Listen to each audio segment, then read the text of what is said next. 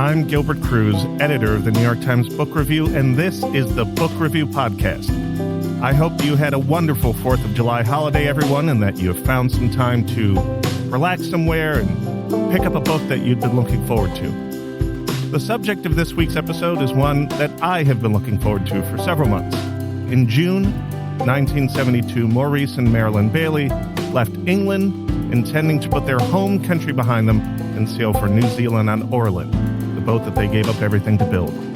They had made it as far as the Pacific Ocean, the vast Pacific Ocean, 9 months later, when a whale slammed into Orland, sinking it. Their story of survival is the subject of the new book, A Marriage at Sea, a true story of love, obsession, and shipwreck. That book's author, Sophie Elmhirst, is here with us. Hello, Sophie. Hi, great to be here. So your book has been out in England, where you're calling in from, for more than a year. So I imagine you're quite expert at talking about it by now. But how do you describe this book to people without giving away the entire story? Unless you want to give away the entire story. Tell us about it. Sure. I guess it's obviously on one level a story of a catastrophe, right? It's this couple who set sail. They were trying to emigrate in a tiny boat and go to New Zealand, as you said. And there they are halfway around the world and they're hit by a whale. But I guess for me, anyway, as writing the book, or when I was setting out on writing the book, I knew it wasn't just the story of the catastrophe that I wanted to write. What had pulled me into it initially was the idea of this happening to a marriage as much as to two individuals, and what that would feel like from the inside. And in terms of how not to give away the whole thing, I don't think there needs to be a secret about the fact they survived, right? Because it's a story of their whole lives as much as anything. And I was just as interested in the sort of aftermath of what they went through as I was in the endurance of it in itself. And I guess what I tend not to do is give away how exactly they're rescued. Try and hold something back. Okay, we won't do that here. When did you first hear about this story? So it was a while ago. I was researching a piece, I'm a journalist, about people trying to escape, especially escape the land. And I found myself trawling around, as you do in these moments, online and on a website devoted to castaway stories and shipwreck stories. And there were lots of photographs and tales of lone wild men who had pitched up on desert islands and had various escapades. And in among all of these was a tiny little black and white picture of a man and a woman. And she caught my eye because she was rare in this crowd.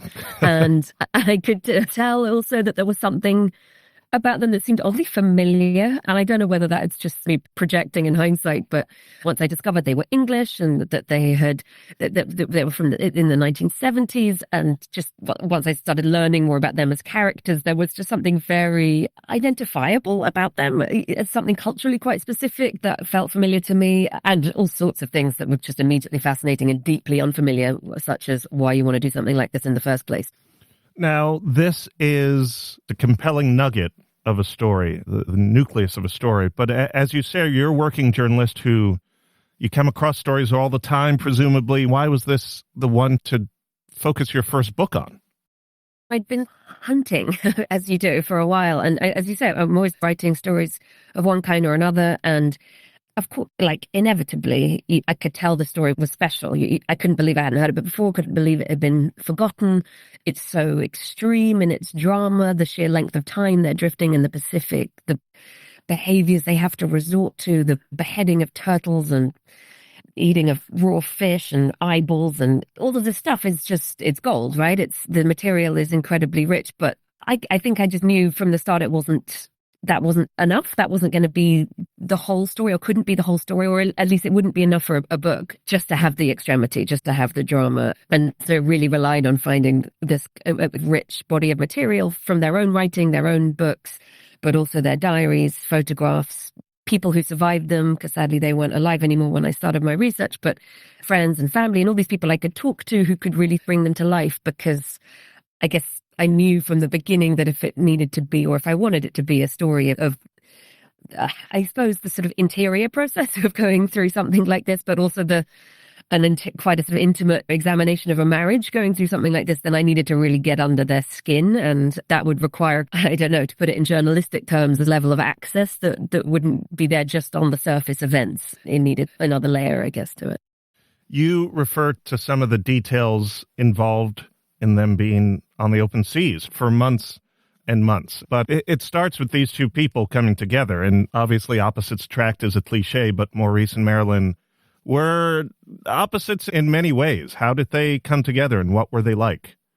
Yeah, it's funny. You talk to her half-sister now, and she still wonders at how they came together, and is still mystified in some ways by what they saw in each other, or specifically what she saw in him, which I can understand. Yeah, he's the one that seems like a very particular person. She just seems like a wonderfully optimistic, normal person, and not that Maurice wasn't, but the circumstances of his childhood perhaps turned him into someone who was a bit of a loner, very inward-looking, didn't want to be around people very much. That's right. He was very socially awkward and very lacking in self-confidence. And as you say, that came from a slightly affectionless childhood and a kind of tough upbringing. You know, he was unwell as a child and lonely, I think, as a child, which is something that can really last through life. And by the time he met her, he was in his late 20s and had established this quite solitary routine existence. He lived alone, did his job, and had his hobbies, which were these adventurous hobbies, sailing and hiking and the rest of it. But she was much younger, in her early 20s, and still living at home with her parents. And when they met, this is the early 60s. We're talking just such a different time in terms of gender and relationship norms. And she wasn't expected to leave home until she was married. And even then would likely have quite a sheltered and contained existence, would probably give up work and have children and live a sort of domestic life. But so in that sense, I imagined, or I think identified, a sense that he did offer her something quite significant, which was an opportunity not to live that life and a different form of existence, basically. He didn't want to have kids.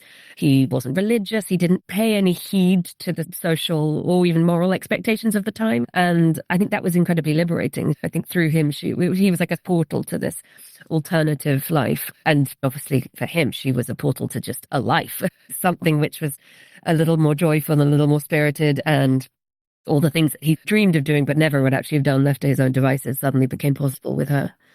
What was England like in the 60s and 70s, in the places where they grew up and they lived?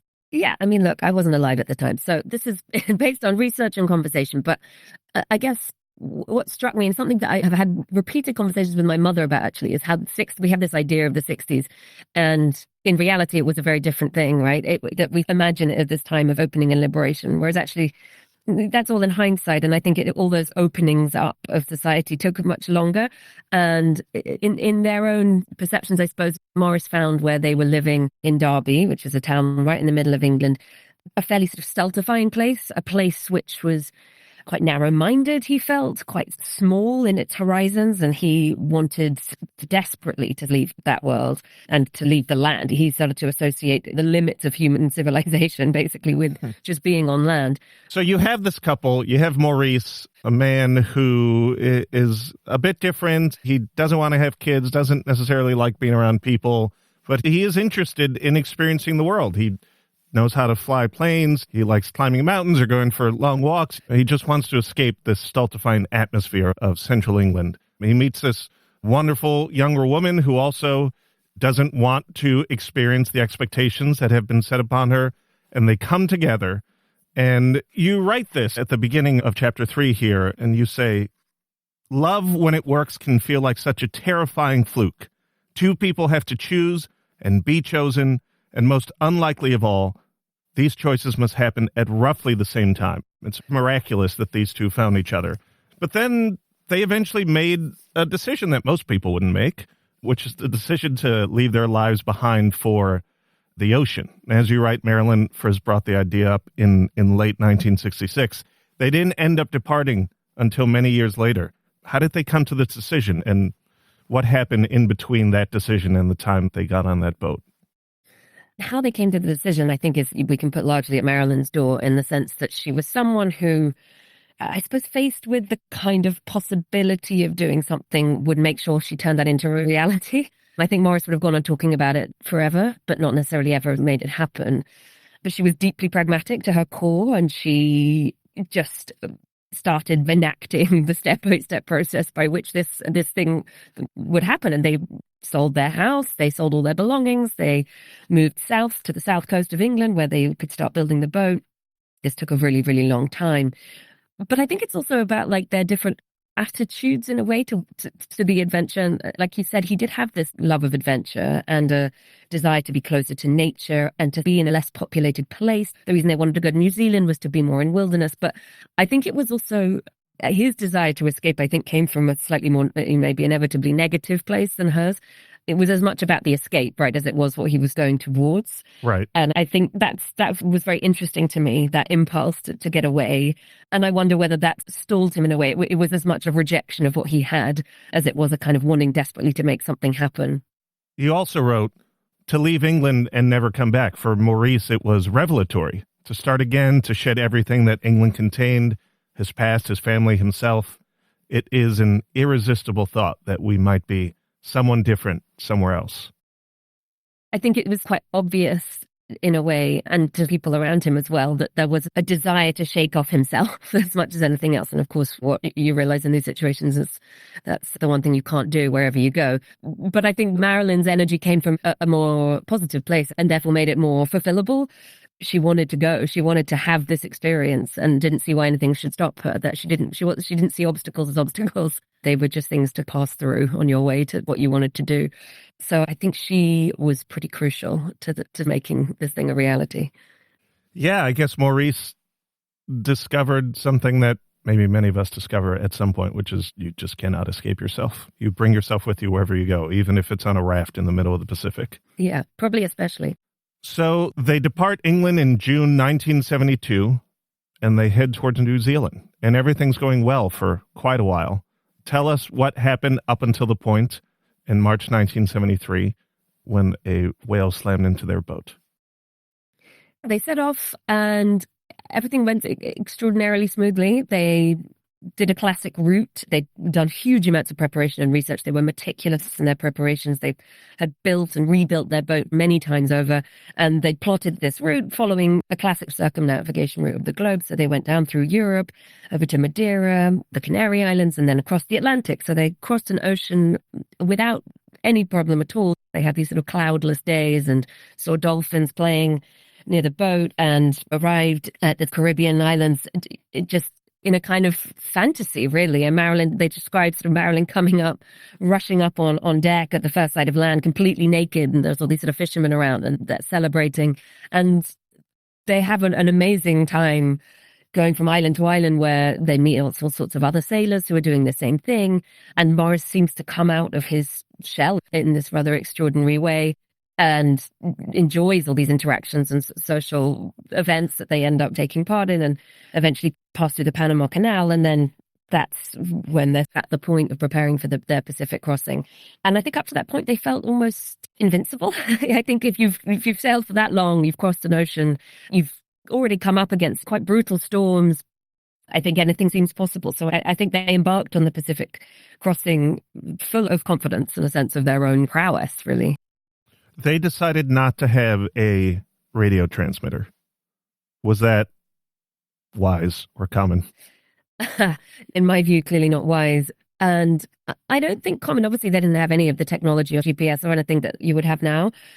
I think it speaks most revealingly to Maurice's state of mind and what he wanted from the trip. It was really a kind of purist's method. He had learned to navigate by the stars, and he had some basic navigational tools and instruments, but he wanted as little technology as possible. He wanted to prove to himself as much as anyone else that it was feasible to do something like this based on your own wits and your own skill. But he also wanted to be severed, right, from human society. This was the great ambition and the great desire to be truly out of touch with the land and with its human beings. And in a kind of, I don't know, strangely impressive and yet also quite sort of melancholic way, I think that was just very much in keeping with his character. We'll be right back.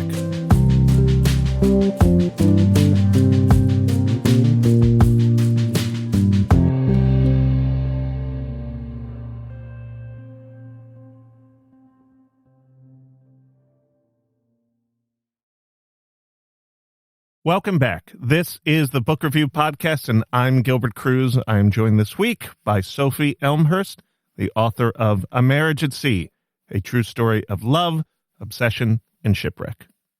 So Maurice and Marilyn embark on the Pacific leg of their journey. This leg does not go as well.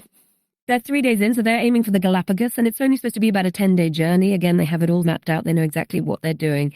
And in the middle of the night, they swap over the watch every 3 hours through the night. And in the middle of the night, I think when Marilyn's on watch, she sees it's a rare sight in the Pacific, but a ship with light shining on the ocean. And she's struck, wonders what it is, doesn't think anything more of it. On they go. And in the morning, they are both downstairs, they're both down in the cabin, and they feel the sensation of collision, basically. And once they rush up on deck and they see this huge sperm whale longer than their boat, they realize what's happened, and they're transfixed by this sight for a while. And they describe this themselves very eloquently, just the sight of a whale bleeding into the ocean who's obviously been injured. And when they look back on it, they wonder if the ship they'd seen in the night was a whaling ship. They try to piece it together, but it doesn't matter. What's happened is that the whale has torn a chunk out of the side of their boat and the water's coming in. And within an hour, they have to make the decision to get off the boat, inflate their life rafts, get as much off as they can, and they then watch their boat sink quite quickly into the water. Marilyn could not swim, which, as someone who also cannot swim, seems doubly terrifying. Do you have any idea why she just, even though they had years to prepare for this trip as they were building the boat and living on the English coast, she just never learned? Yeah, Maurice tried to teach her. There were efforts made, but I think she really knew her own mind, and if she wasn't going to do something, that was as clear to her as if she was going to do something. And she just, I don't think, saw the urgency or necessity, really. If something went wrong, something was going to go wrong anyway, and so be it. What would happen would happen. She had quite a fateful approach to life, as would become very apparent once they would adrift on the raft. And I think she thought Maurice would rescue her, or somehow they would survive, or they wouldn't. And I imagine there was also part of her thinking that was something like that would never actually happen, but she was an optimist to her course. But yeah, she never learned.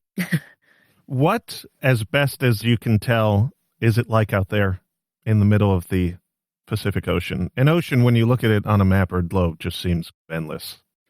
Oh, I have no idea. And this is where, as a nonfiction writer, I have to admit or state the powers of research and imagination, because I spoke to a lot of sailors who had done trips that I've never been sailing. And I needed to talk to people to get that sensory experience of what it is to be in the middle of an ocean where you can't see land and where you know you're an incredibly long way from land. And it's amazing talking to people about that, because it is a very particular thing, I think, just being that remote. And I think it's very hard to achieve on our planet of that degree of isolation.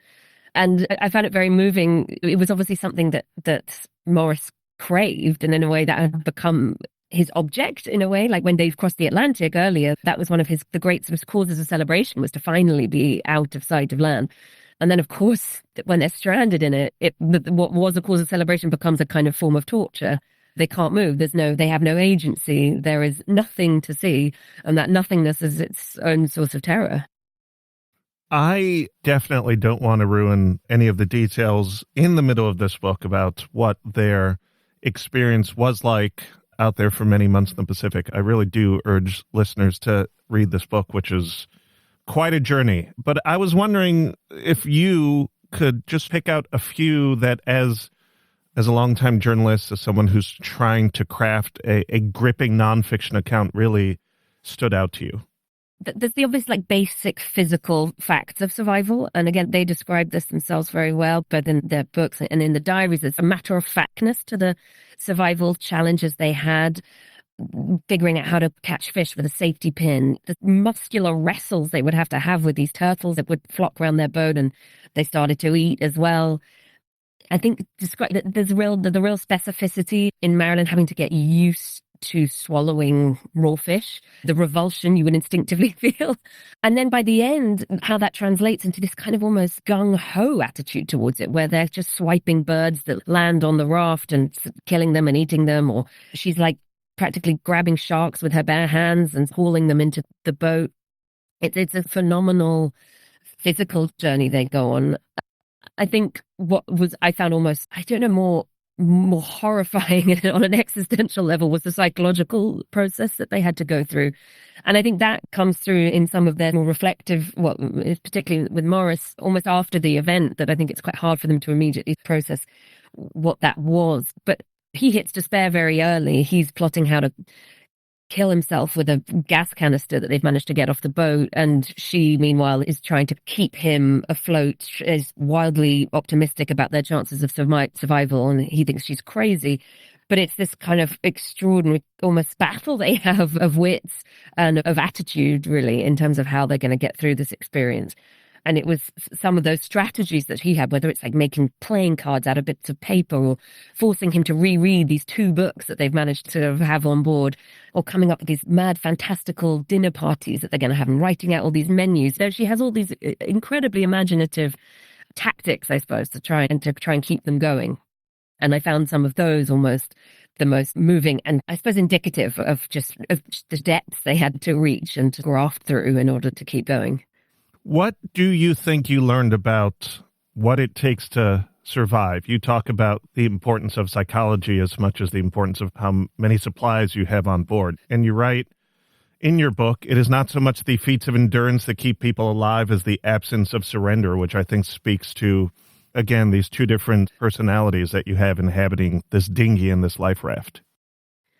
I read quite a lot about the psychology of survival when I was doing this book, and something that really struck me from various case studies or anecdotes or psychological analyses of how people have survived in quite long-term challenging circumstances are like about this idea of purpose and of occupation being really important, that if you're just stranded and doing nothing, despair can very quickly set in. And I think Marilyn had this extraordinary facility for understanding this in a very instinctive way. She knew they had to keep busy. She knew she had to keep Maurice doing something. She had to keep his mind occupied, that it's a mind in repose that is one that starts consuming itself and dragging itself down. We all know that, right? I don't think you have to be stranded in the middle of an ocean. And there was partly that was what so appealed to me about the story, is that while it's so extreme, there is something very universal about what it exposes in their 2 different, very wildly different reactions to this crisis. Because I think we all know from periods of our life, those moments of nothingness, or where you lose a sense of purpose or a sense of direction, and how that is much worse than just facing something difficult, but being driven to overcome it. And I think they typified these 2 wildly different responses to what they were facing. And she demonstrated this, as I say, this instinctive capacity to generate activity and generate purpose, which was so crucial to his survival. Sophie, what's the longest you've ever been alone? Oh, good question. I spent a week alone once writing in a hut. Was I completely alone? No, but I was alone a lot. But I don't, it's pretty minimal, isn't it? It's pretty small fry. Yeah, well, I don't think most people have anything approaching the level of solitude that these 2 people have. But I am always curious as to, particularly in our technology-soaked world, how people find solitude. Can people sit and exist with their own thoughts for an extended period of time? Yeah, but also, can people sit and exist with their partner for I was going to ask you about that next, which is your book is called A Marriage at Sea. It's about being at sea, but it's also about being married. What do you think you learned about marriage from this story? Is there anything that one can extrapolate from it? I know this is a marriage under duress, a marriage in extreme circumstances. I'm always wary of saying I've learned things, because I'm not sure I ever have, or at least I changed my mind. But I did find them incredibly compelling and, I don't know, not inspiring, that isn't quite the right word, but instructive in some ways, in terms of, especially Marilyn, of course, in terms of, as I say, what she had to find within herself and what she recognized she had to find for him. And I suppose it's that sort of collaboration. It's that realization of the degree to which we can influence and create moods for each other, that you don't just live as 2 in your isolated bubbles, that sort of degree of connection and interreliance is constant, and you don't have to just be adrift on an ocean to realize that. And I think it was also understanding that Phyllis Rose, in her amazing book about Victorian married couples, talks about the kind of power that every marriage is a sort of power dynamic, basically. And that I think it's absolutely true. It's where politics begins, or one of the places politics begins in the small p way is within a marriage. And that idea of who leads, and who follows and who raises and who needs to be raised. All those endless shifting dynamics and how you can help each other as much as punish each other, I guess, when it's not good. But I think that just gave a lot of food for thought. You say you had never been sailing. You have never been sailing. What is your relationship to the sea? I like to swim in it, and Okay, I like good start. to swim in it, but, you know, where the land is close, it's there. I know I can get back to it. I know I grew up in England, so, you know, the coast is never that far away in this country, and my sister lives near the sea, and so I find myself on English beaches at all times of year and in all kinds of conditions, and I think that means you have a pretty healthy respect for its power. Writing this book has not made me in any urgent way want to go sailing, however. It sounds like you learned one thing, at least. Right, yeah, that's clear. I'd love to hear about how you researched this book, because as you said, and as you write in your book, Maurice and Maralyn wrote their own account. They wrote several books. What sources did you rely on? And then how did you balance using those primary sources while also trying to achieve a sense of interiority that allows us to connect with the people under these extreme circumstances? Those were absolutely the primary sources. I drew a lot from their books and their writing and interviews they gave, radio, TV, press interviews over the years. There was a huge amount of just them directly talking and writing to draw on, which was incredible. But it was also, I knew, limited to a certain extent in that while it could give some of that interiority and sense of thought process, and in the case of her diary, very immediate thought and reaction about what they were going through. It was literally day by day written and drawn while she was there on the raft, which was an incredible thing to be able to have. But you're also then only reliant on their account of themselves. And I think what I also really wanted to do was to try and step outside them and understand their marriage from the outside, to understand their characters in ways that they might not have described themselves. And that was hugely to do with the people I spoke to, friends of theirs, relations, people who'd sailed with them. There were a couple of old friends, Colin Foskett in particular, who was the last living member of these two married couples who were friends from before they set off on this journey, and then accompanied them on the second big voyage they did after this one. And so he'd spent months on a boat with both of them. So he was just an incredibly generous interviewee and could really tell me what that was like from the perspective of someone in that very confined and challenging and relentless space of a boat and having to do all the things that you have to do on a voyage like that. And I think that it was talking to him also that really gave me that, I suppose, sort of that different perspective on Maurice and some of his complexities and particularities, especially later in life. And that was really important to me to tell that side of the story, to cast forward into old age and to see what these lives that had this extraordinary episode early on in their life, what those lives became.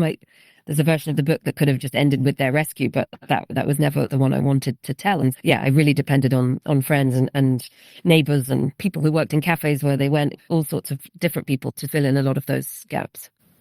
Sophie, you often see this phrase with a nonfiction book like this. It's so gripping, it reads like a novel, which is a great marketing. But as a journalist speaking to a journalist, I'm curious about how you try to achieve that effect while also understanding that nonfiction has to exist as its own thing, and it's good in its own right, and it doesn't necessarily need to be compared to a novel in order to be gripping.